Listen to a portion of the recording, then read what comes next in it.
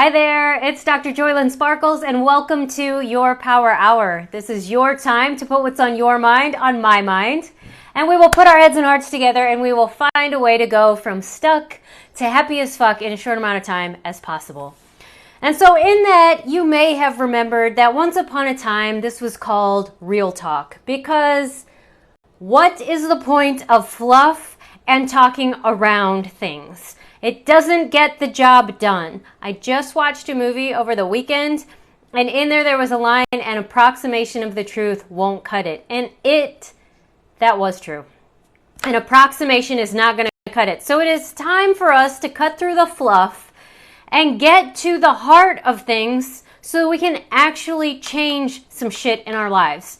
Because you, here, in this group, the Happiness Clinic, are the ones who have been gifted and challenged to break generational patterns and really have probably some adverse childhood programming that you're working against. And how do I know? Because I'm doing it too.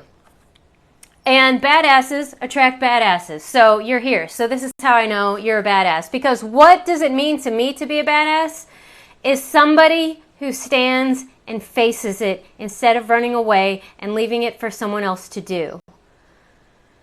I think it was Truman, although it could have been Eisenhower. I could be wrong. But they had a thing on their desk that said the buck stops here. That's badass. It stops here. These detrimental patterns that have been going on for eons, generations, sometimes lifetimes, the poverty, the abuse, the secrecy, the dimming your light, the fitting in, the whatever it is. It's time to usher that shit off the planet. And you're the one with the guts and the grit to do it. And I am here to help in any way, shape, or form that I can, because we didn't get a handbook.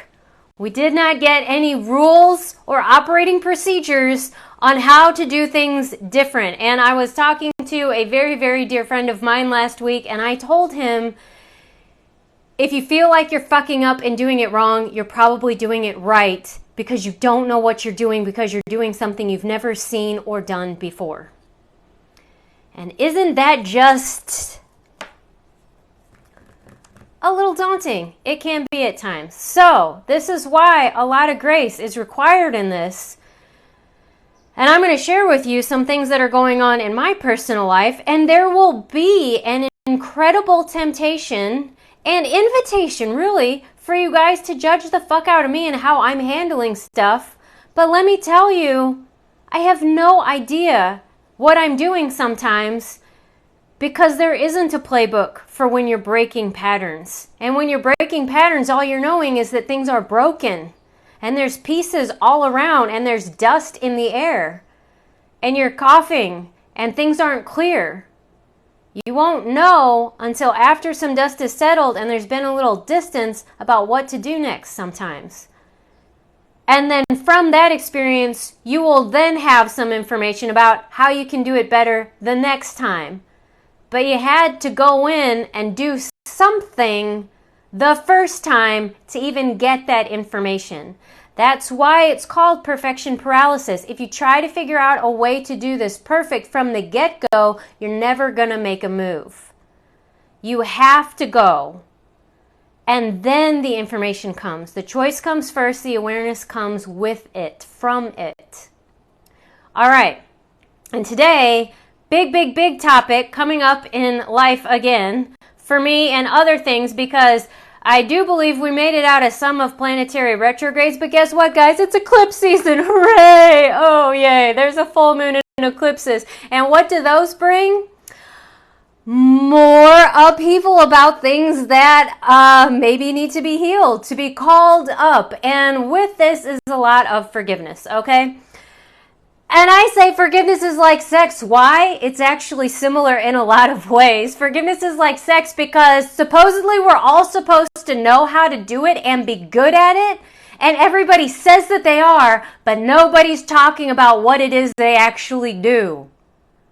Okay? Sound familiar? Yeah, sounds a lot like sex. Forgiveness is the same. We're just automatically supposed to know how to do it, what it feels like, how we know if we're good at it or not, how do we know how to do it good for somebody else, and still nobody's actually having the conversation about what to include.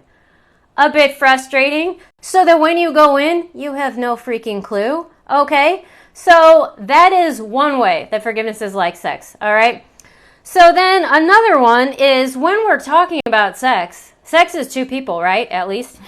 And there's a partnership. There's a lot of dialogue, verbally and non-verbally. And the same is true with forgiveness. There's some dancing. There's some etiquette. And what's interesting about forgiveness, though, is there will be times that the other person is not present, not available, and actually unwilling to participate in the process.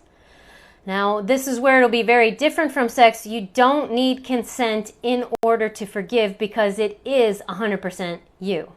That's maybe the biggest difference.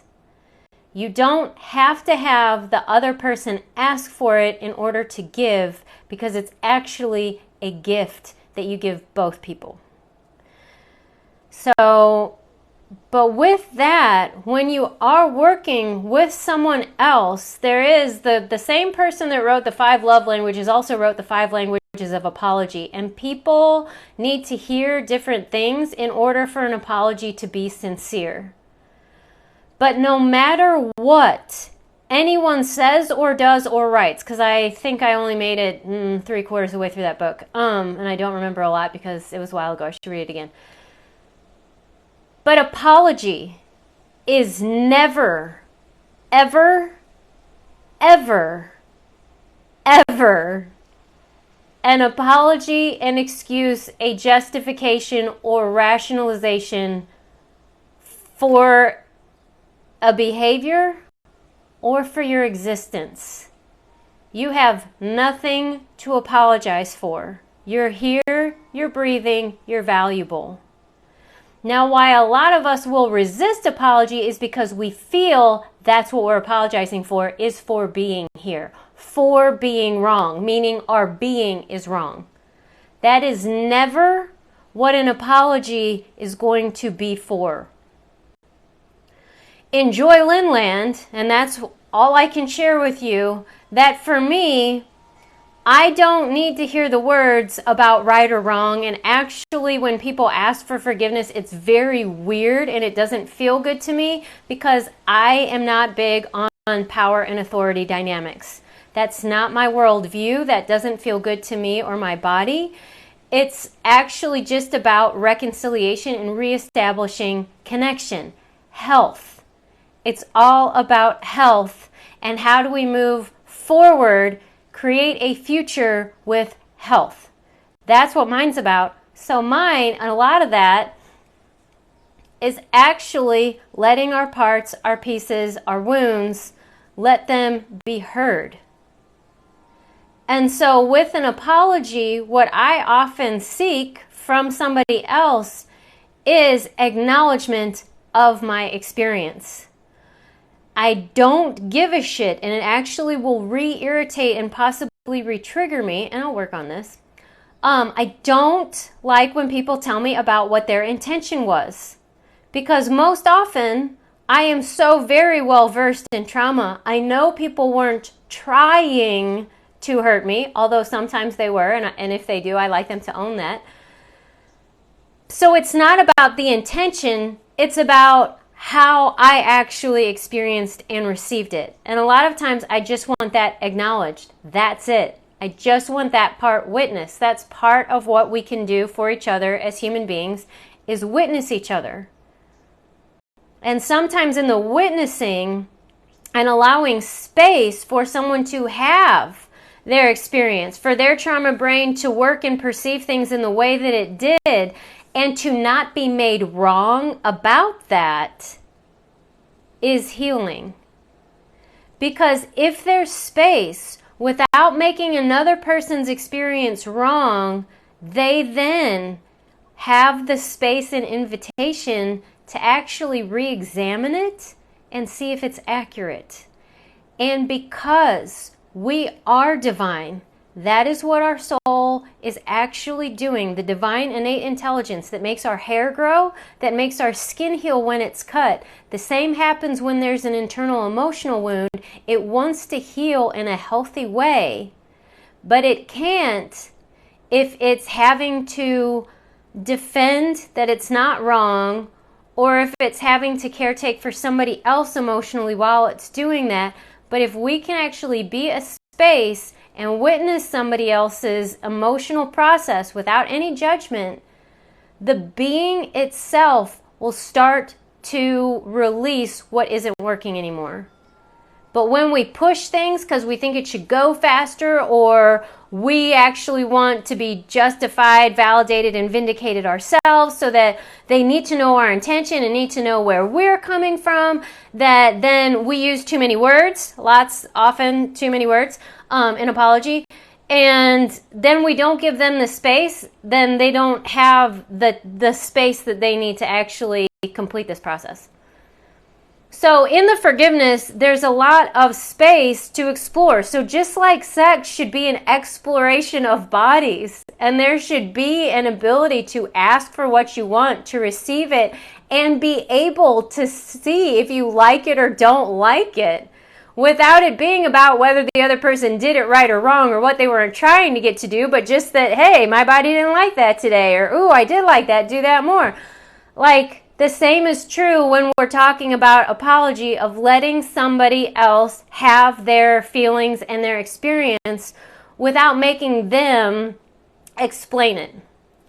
That will ease the forgiveness process. This is true when you're giving or receiving apology. Apology, again, is not always required. It will not always be available if the person has passed. But it is one of those things that can definitely grease the wheels and make forgiveness a whole lot easier. Another thing, okay, so we're talking about sex and forgiveness. This is a weird combination here, but what is the big deal about the whole thing? Release. The whole fucking purpose, the build-up, everything about it is about the release at the end. When you totally let go, that feels fucking amazing. Forgiveness is goddamn orgasmic. It can be. Did you know there's actually studies that when we forgive, we can actually improve our vertical jump? Things do heal. There's so many studies now coming out of forgiveness. Oh, that's one of the ones that people talk about gratitude. And this is not an either or by any means. But if you're not giving or getting the results you want out of your gratitude practice, shift to forgiveness for a while. Sometimes there's a stuckness there that then the gratitude can't flow, and then it's kind of like a push. Let forgiveness open some things up. Maybe there's too many things in the way. Forgiveness is about release. And here's another thing, the thing that we're all just supposed to know, but nobody talks about it. It's not actually about the other person. It never was. It's about what you're going to take. It's about what you're going to carry with you. Just like boundaries, it's not so much about what the other person did or what they're going to do. It's about what are you going to carry? Where is your health? What are you going to maintain and establish here? What does healthy mean for you? And what's interesting, and I'll get to the actual story here, is the person that I'm working, going a couple rounds with about forgiveness here, is, saying like, I didn't realize it was work, kind of pointing to me like, I guess, and I was like, oh, well, yeah, I guess I should just tell the story.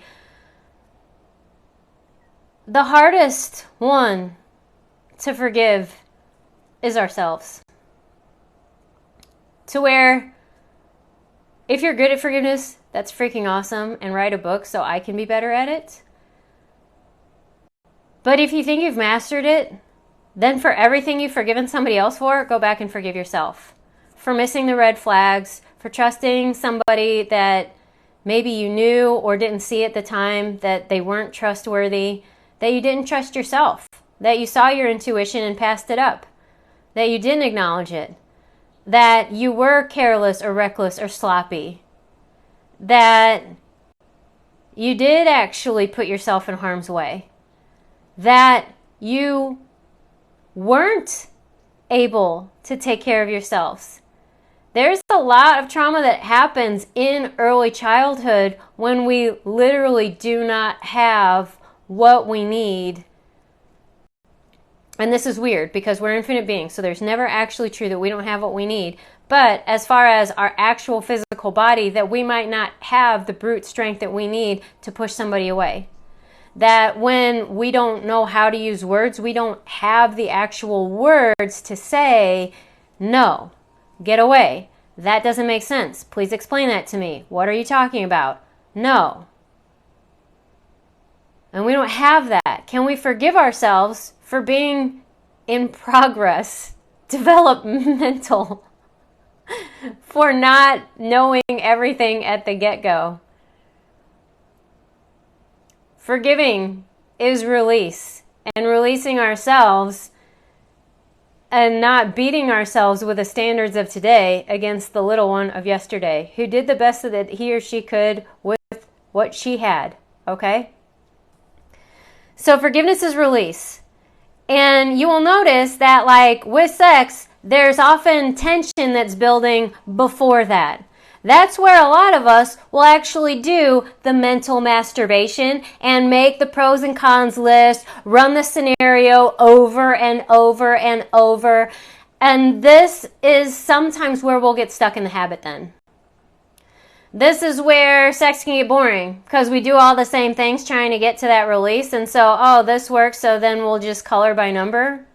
To where we can kind of do that with forgiveness and actually not ever get there. Because we get stuck in the scenarios, we add characters, we add narrative, we add words, we add steps and things that should happen before so that the sequence is just right. And we go into that paralysis perfection crap. Perfection paralysis. And then we don't make a move and we don't actually get the release. And then we start wondering why our bodies are breaking down and why we're more reactive and why our gratitude practice isn't working as well as it did.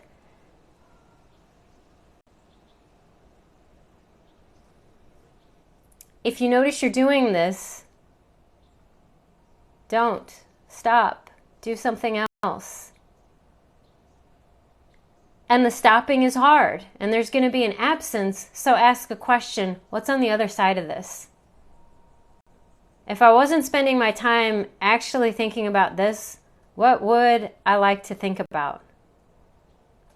You can even ask your body, hey, what would forgiveness feel like? Like if this actually wasn't in my life and in my brain anymore, what would that feel like? And a lot of times you'll feel that release or that relaxation, the relief that you've been seeking. So that can help let you know what's on the other side is good. It's actually what you've been looking for, that your mind is trying to tell you you're going to get in a different way. But thank you so much, kind brain, for trying to keep me alive. It actually feels better when I do it the other way, which is to let go. Scary, because a lot of times these events, circumstances, people are fixtures in your life. And a lot of times when it comes to forgiving something really deep, a lot of times there's a dynamic woven around it to where if we forgive and actually let go, we blow up an entire system. Remember I was talking about generational healing at the beginning? And you'd think that forgiveness is going to make sure that everything then lands in the proper place. You're not going to know who you are for a bit. You're going to feel like something's missing, and you might want to go eat something because something feels weird and off. You unknowingly probably got attached to the outcome that if you forgive something, everything's going to feel and look better right from there. That the other person then's going to let down their weapons and you're going to hold hands and skip merrily into the sunset. I'm sorry, that's probably not true. Or is not going to happen as immediately as you would like. It's not to say it's impossible. But for a lot of us, we unknowingly get attached to outcomes because when we got our brain involved in the forgiveness, that's just naturally what it does. Okay, so let's just forgive everything. Let's just do that, all right?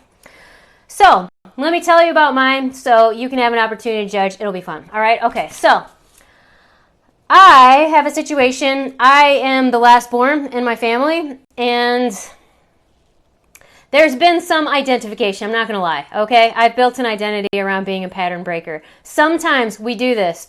There's a piece of ourselves we know is true, and then we take it on and make it a big deal, okay? So I'm a pattern breaker. Yay, okay, that's what I do. When I take it on as what I have to do, and then it's a job, it freaking sucks, and I hate everybody in my life. Now, when I just understand, hey, when I live for me, and I do what lights me up, I just break shit and I can't help it, but it doesn't feel like work, and it actually usually turns out better than I thought when I actually just do stuff because it works for me. So as far as what's been happening in my life is it seems that every relationship is kind of getting shaken, taken out, or something. Because with whatever, I don't even know what's in my soul contract. I wish you could like re-examine this to be like, oh, okay, at least I know that's what's going on now. Read the fine print again. But I'm up-leveling. I know that's what I want for my life because I had a coaching, like counseling session, and he said, I want to change. And I was like, yeah, me too. That's what I want. I actually want to change. I don't want to be the same person from birth to death. That sounds boring. I want to change. And I actually, with things I know about my human design, I know in the direction that I want to change. And one of them is I want to love better. I actually want to be a better lover, not just like sexual lover, but like lover of the world, lover of people, person who models and exemplifies love, you know? And how do I do that as me? Because I'm not a Mother Teresa, okay? I'm not in that religion, not going to wear that outfit, not in that part of the world. I'm like this. So how do I do this my style? Okay, well, I'm going to have to change. And I want to up-level because there's a lot of stuff that for whatever reasoning with where we are in our global consciousness, there's just a lot that says it's got to go. And for me, a lot of it is dishonesty. And finally saying something about it. Now, what's hard about this is when you do that, you're kind of on the razor's edge, although I hate that because that just feels like you're going to get cut. I actually like a surfing metaphor better. It's like riding a wave. You can either wipe out because you fall or you get knocked off your board, but when you're on that and you're riding that energy, it's really thrilling. That's what it is to be totally living from the heart, opening. Kind of scary too. It's like a Band-Aid on new skin where you feel everything like a lot. So there's been a lot of dishonesty in a lot of my relationships. And it's not like outright horrible, like nobody's laundering money or dealing drugs to small children or anything like that. It's little white lies. It's tiny little secrets. And some of them are fucking big. And in this particular case, I want somebody to acknowledge my experience. My mother put me in the care of a pedophile. And so abuse happened. Shocked? Not really. It's kind of formulaic almost, okay? And all she does is say, you would be happier if you just let that be in the past. She will not apologize. And here's the thing. She thinks that she needs to apologize for being wrong. And again, in JOYLYN land, it's not about right or wrong, because here's the thing I know about families. They're confusing. The dynamics are hard. They're confusing. They're set up before you get there. They change by generations. And so I understand that you keep a family together, that we just don't talk about certain things. And guess what? I got brought up in it, so I participated in it. I've perpetuated it. I've colluded with it, but now, with one of my happiness brain training things of saying enough, I've had enough. This isn't good enough anymore. I look around and I see a lot of hurting people because these secrets are actually damaging. They're damaging our bodies, our minds, and our hearts, and I'm not doing this anymore. I'm just not keeping secrets. I'm not even saying you have to go do anything. I'm just saying, can we all agree there's an elephant in the room? He's sitting right there. We all know it. Why am I the only one who's actually saying there's an elephant in the room? That's it. And what this apology isn't you did it wrong and you should have done it better. It's actually, now you know that this happened. Could you just apologize that this happened to your kid? Like, hey, I'm sorry that happened to you. That really shouldn't happen to anybody. That's a really unfortunate experience. It's not about rightness or wrongness. And shoot, I can see maybe how I was part of that. And I don't like that. Like, you know how the truth will set you free and first it will piss you off and then it will hurt like hell and make you want to throw up, okay? But on the other side of that is freedom and it feels really good. That's what I'm asking for as an apology, because all I actually really want is a litmus test of, is this relationship worth carrying forward? Because from here on out, it's health and it's honesty. That's it. It's integrity. And I won't have anything less. It's not about right or wrong. There's no power dynamic here. I get that things are confusing. I get trauma brain. I mean, I'm a trauma expert at this point. I really understand if you block things out. And I understand how confusing abusive relationship dynamics are, of how you end up staying in bad situations. I get it.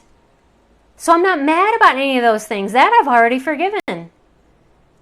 And this isn't even so much necessarily about forgiveness. It's actually, how are we? Where do we stand? Are we moving forward or not? Because if this isn't met, and she then keeps coming back and saying, I need to do more forgiveness. And I said, so I need to do more work so that you don't have to do anything. And she says, oh, I guess I didn't realize forgiveness was work. And I actually responded and I said, then you've either never been wronged or hurt, or you haven't actually done it. Because this person in particular is very, very good at bypassing and just moving on. It's a gift and skill and talent that I got. Sometimes you just keep going. You just keep going because you don't even know what else to do. You just keep going. But that's not the same as forgiveness. Forgiveness is actual, intentional release. It's setting everybody free. And what's interesting is when you've done the work, your own personal work to get free, and you've seen how dirty you've been, how you've been part of the dynamics, how you held the family secret, how you've been in a relationship that actually didn't make sense, how you ignored your own intuition multiple times, how you invested your time, attention, money, and love into things and people and places that weren't worthy of it and were never going to give you a good return. Having done all that self, and when you can look at that in honesty, I can tell you, I don't have a leg to stand on to judge her and say I was right and you were wrong. All I can say is I was little and you were big and I could have used your help. That's it. And that's actually all I want acknowledged, is by virtue of position, I would have liked that. It didn't get delivered. I understand how and why maybe you couldn't deliver, but now you know that that was my experience. I don't understand how love couldn't say, shit, I'm sorry. Now on my end, what she's assuming is that I won't forgive until that happens. The forgiveness is all about me. Am I going to release myself and her? That's up to me. The apology is just actually, is the relationship, what terms is it going to continue? Am I going to carry it forward with me? At this point, no. Because my request is sincere. It's without justification, it's reasonable. And it's actually just what I'm requiring for anybody going forward. It's going to be based on honesty, integrity, and health. And I'm not going to put up with, tolerate less than that anymore. If they want to, if that's where they're going to function, that's what the forgiveness is about. I can let them do that. I don't have to try harder to get them to understand. I don't have to try to save them and see the light. I just release them and say, oh, that's an interesting choice. That doesn't work for me. Thank you. I love you. Goodbye. Forgiveness, and that's forgiveness. And it isn't easy, because especially if you're like me and you're an empath and you want to love people the way that you know that you can and it's possible, sometimes there's grieving with this because you can't save them, because you can't get them to see your point of view. And then you have to do it all on your own. And then you got to forgive you for all the ways and places you told yourself that it had anything to do with you not being enough or not lovable or not special or whatever flaw or lack in you that they're making the choice that they are. It's not. And then forgiving yourself for ever saying anything so mean to yourself. And here's the other thing. Maybe it's the same or different than sex. I don't know. It doesn't always happen all at once. That's the ultimate, is that big release when we know we are totally set free. But you just start where you are and do what you can. And with every release you get lighter, and you'll get the experience of how good it feels to walk with less of a burden. That will inspire you to keep going. And I do. Try it and let's see how our gratitude practice goes up with it. Because I think forgiveness is oftentimes not talked about as much as it could or should be. Just like sex.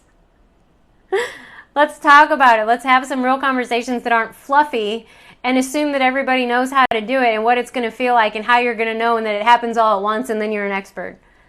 No.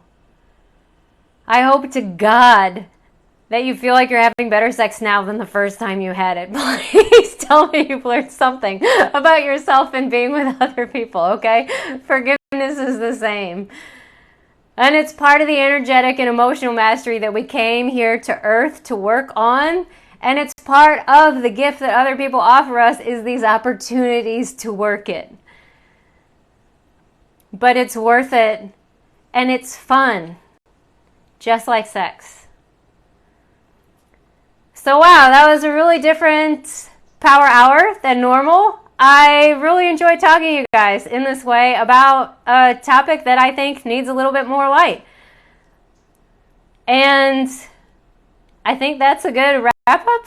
I love you guys, and now I'm already actually inspired to forgive more, to be more, have more gratitude, and looking forward to what's going to pop up from your questions, and talking to you next week. And Jason, what gift are you talking about?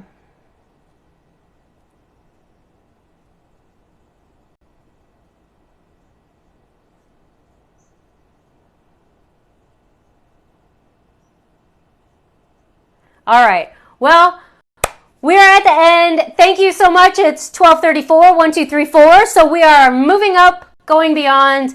I love you so very, very much. Have a great week. I'll talk to you next week. Mwah.